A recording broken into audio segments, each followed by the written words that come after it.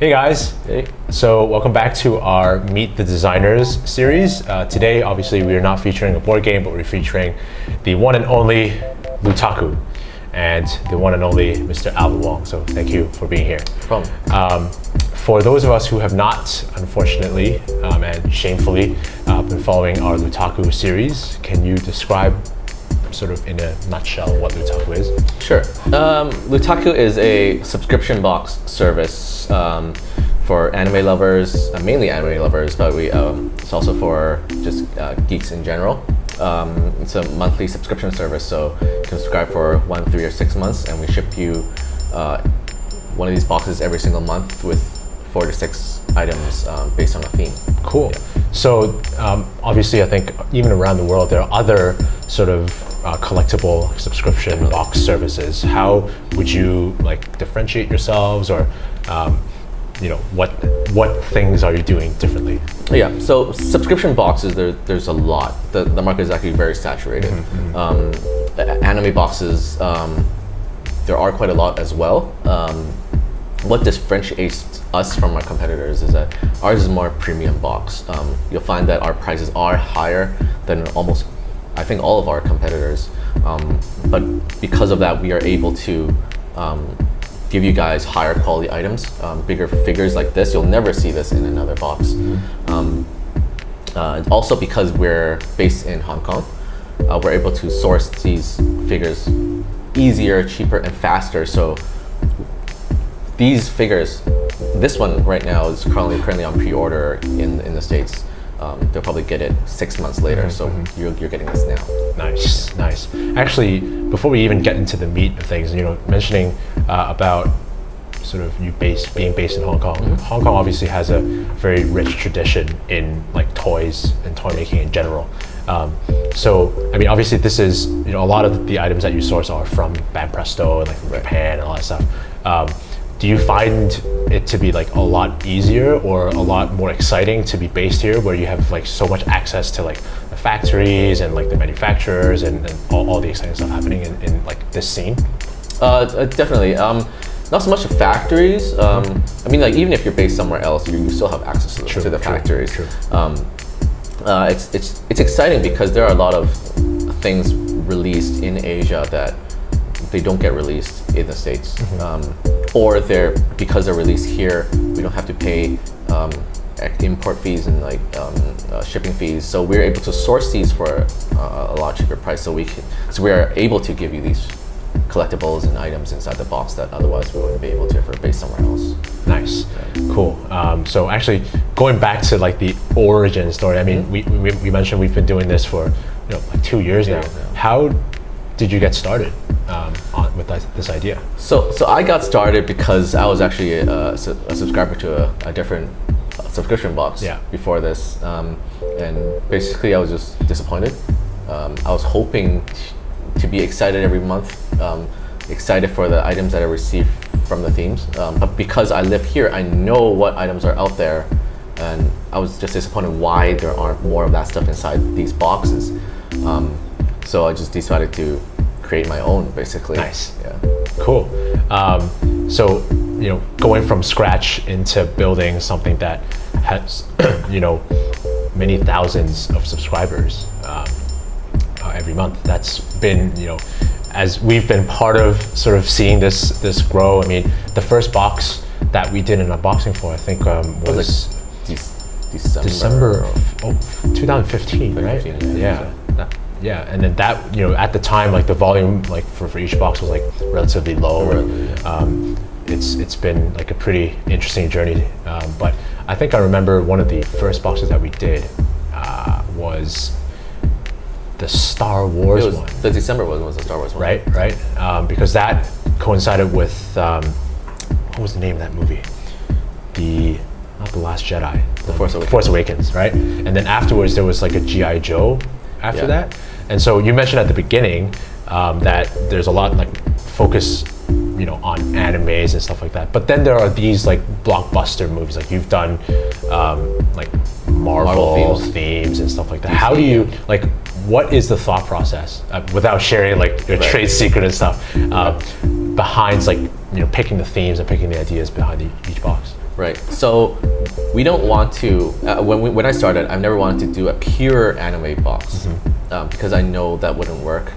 I know how they release figures over here, all these collectibles. I know that if we do an anime figure, theme every single month for every month of the year, we'll repeat themes way too often. Yeah. Like even now, we have a lot of mainstream themes. Like a lot of final Dragon Ball boxes. Yeah, final Dragon Ball boxes. But that's just the way it is. Like they all obviously at business standpoint, they'll always release things for stuff that sells. Yeah. Right. So it's extremely difficult, especially for a pricier box, to keep giving you stuff you haven't seen before. So throughout the year, we always account for other themes that we can do that's kind of outside the anime genre. So things like Game of Thrones. We know that I love Game of Thrones. Sure. We know that a lot of people like Game of Thrones.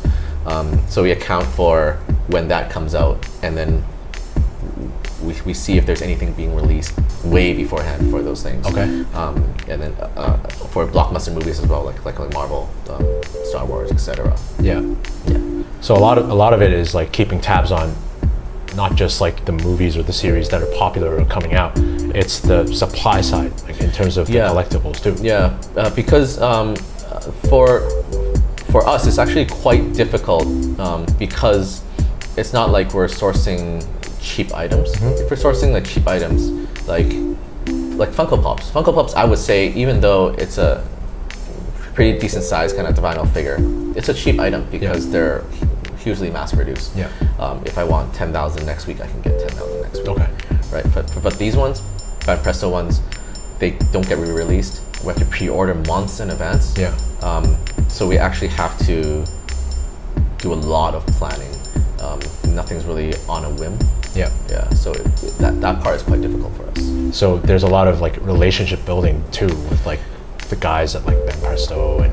It's exactly, because for these figures, like if you think about it, a normal store doesn't order the quantity that we order. They maybe order like 2 boxes, so like less than 100 of one figure to sell every single month. Yeah. And for somebody to come in and say, I need 1,000. Yeah. Right? Like, are they going to trust us? Right? Yeah. Because a lot of times we don't, especially for stores as well, they don't pay fully in advance. Yeah. So they're like, do you have money to pay for all these Yeah. things? Yeah. Would you say? I mean, there are a lot of these collectible boxes that are based, in the States or in Europe. Not as much like based in Asia, right? So, your sort of initial conversations with these guys like Ben Presto or the other manufacturers, were they sort of on board with your vision, or like was there like a lot of like discussions with them trying to get them to understand like this market or your business model, or what was the like initial piece? The initial piece was I would say all of them did not know subscription boxes exist. Okay. And it wasn't hard to explain the concept because we can just give them examples of other boxes out there. Yeah. Right. But they didn't really care if our model will work. It's basically if we can just if we can just pay for the figures. Okay, right? Fair enough. Like in the beginning, it was relatively easy because our subscription base was very low. Yeah. Say in the very beginning, the very first box, we just to test it out, I only accounted for less than 20 boxes. Okay. So that amount's fine, where I'm just buying a box of figures. Yeah. But very quickly that grew, and then even just past 100, they started asking us to like pay a bigger deposit. Yeah. So we had to do it that way to build trust. Yeah. Only until maybe a year after starting the company that they trusted us. Credit rating goes up. Yeah. Basically, the credit rating goes up. Yeah. Okay. Cool. We talked a little bit about the sort of theme curation, but even within each theme, as we can see throughout the multiple, I'm going to keep giving you crap for all the multiple Dragon Ball boxes. And people keep asking for it. How do you determine like sort of what sub theme, if there is like a sort of bigger topic, or what figures go into each box. Like, for this month's Dragon Ball box, why these figures? For a Marvel box, why those figures? It can't just be about like what collectibles are released, right? Yes and no. A lot of subscription companies, they base their themes on things that are popular right now. So something that people are watching, and they try to frantically look around for items to put inside the box to fill that particular series. We do it bit differently. We only look for things that we know that people will like. It might not be relevant for that month. Or we're doing Naruto's ended already, right? But as long as I see things that are interesting and I know people like, I will try to build a theme around that. From the beginning, I knew that I would be the only one that sourced all the items. Right. Forever. I'm not gonna get anybody else to source anything. Because I like all of these things. Like basically when I source things, my thought process is every single month I get one piece of each of these for myself. I don't want to source anything that I don't want. Right? And I mean, a lot of people are gonna always like something, and there's always gonna be something that people don't like. You're never gonna be able to fulfill everybody's expectations, right? But my thought process is because I'm such a big fan of anime, I've watched anime since I was very young, even like the very old ones. If I like most of the stuff, then the majority of the people that are done like most of the stuff. That's my basic. I'm a tastemaker now. That's my basic thought process. Okay. Right. Okay. So I have a couple questions in terms of like the more unique items that you guys get.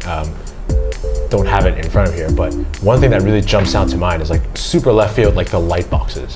Right. Like, are there instances where you never really thought about like, oh, I need to get a light box, for example, but you see this somewhere and like, wow, I have to get it in the box? Or is it mostly like, I have an idea of like, I want this figure, and then you go source it? Or, like just something random comes up and you have to just add it in? Most of the time it's a lot of random things just come up because basically I'm on the web like 24/7 looking for stuff. Or like our suppliers give me information on things that are available.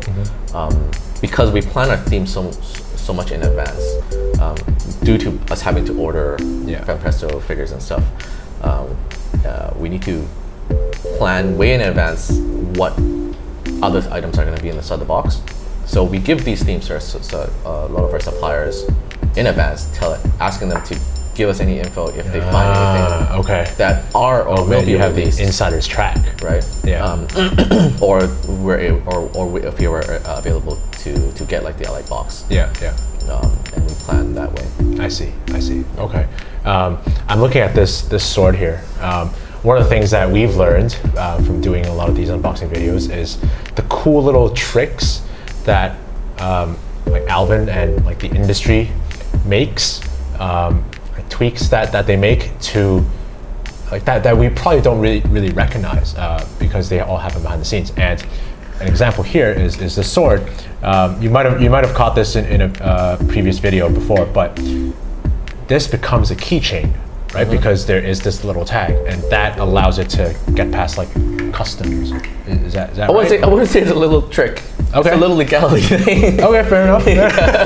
That's fine. It's a way for it to get through customs. There are instances where they still don't accept it. Okay. What happens then? We either refund them the box or we send a new box without the item. I see. Yeah. So whenever there are issues with the box shipping customs, we will sort it out. We never just say they'll deal with it, right? Yeah, of course. But are there like other sort of little things or legalities that you have to account for that we potentially don't recognize too much, or don't think about as much? Things with batteries. Okay. Things with batteries, we have to be very careful of. A lot of the shipping doesn't allow things with batteries inside. Button batteries sometimes. Yeah, so things like this has a button battery. Okay. So we have to actually ask beforehand if that's okay to send. You're asking the Hong Kong Postal Services. Okay. But is there an issue normally with like receiving countries sort of going through that stuff? Yeah, so we have to ask them, because we already have a list of shipping companies. I see. We have to ask them see. if there are any issues due to these countries. Yeah. I see. And also, you previously, even for like the box design, have to account for like the weight and all that stuff for the items too. Yeah, because we're using an express service. It's called e-packet service. So it's a government-run kind of thing between multiple countries and USPS. Okay. To allow us to send items over there faster. Like it's like an express service, but we're paying a cheaper cost. Okay. Yes, the shipping is still expensive, but just because we're far away. If you ship something of like the exact same box from the US back here, it's going to be twice as expensive. Oh wow. Yeah. So yes, the shipping is expensive, but it's actually quite cheap. Yeah. Based on the size and the weight Yeah. of the things we're shipping. So yeah, there are size restrictions. This is like the biggest box that we can make. Almost every time we send this, they have to measure it to see if even if we increase this by half of a centimeter, we're not going to be able to get it through. Okay. Yeah, and there's also a weight restriction. I see. So actually, this month's box, the May box, is just under the weight restriction. Yeah, I think last time was it this box too with and then the Game of Thrones, like the actual throne itself, right? Yeah. Sometimes we do have issues because we forgot to account for a certain thing, and it just even it goes up by 0.1 of a gram, they won't accept it. Oh man. So I think that was one of the cases with one of the Dragon Ball boxes. We had to ship a pillowcase separately. Okay. Yeah. But now we make sure to measure everything in advance, weigh everything in advance, or ask for correct weights when we pre-order the items. So we have to account for that as well. Okay. Speaking of tweaks, there have been some instances of like initiatives you've wanted to like pilot, but there have been some sort of like pushback, right? In terms like we were prepping for the Ichiban Kuji launch. Was it last year? I think last year, Last year, yeah. That was where it was like, this was the sort of kind of lottery-based system from Japan that you wanted to like sort of emulate or like reference or something, right? But that sort of got... There were legal issues because you can't run a international lottery, online lottery. So we can't actually do an actual lottery on our website because we'll face legal issues. I see. Have legal issues. So we still have that Ichiban Kuji box and items onto the side. So we're thinking of ways to bring it out.